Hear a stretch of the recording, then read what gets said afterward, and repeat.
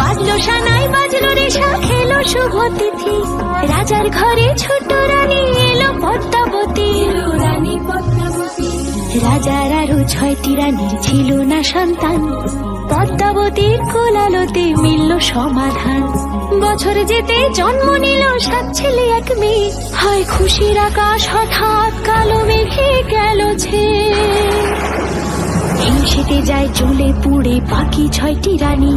যুক্তি করে ঘটায় ওরা 7 কুমারের হানি সুযোগ মতো 7 ছেলেকে মাটিতে দেয় পুঁতে বাঁচে একা পারুল ওরা পায় না তাকে ছুতে ধাইমা বাজায় সেই মেয়েকে বড় করে তোলে 7 ভাইকে পায় যে পারুল 7টে চাপা ফুলে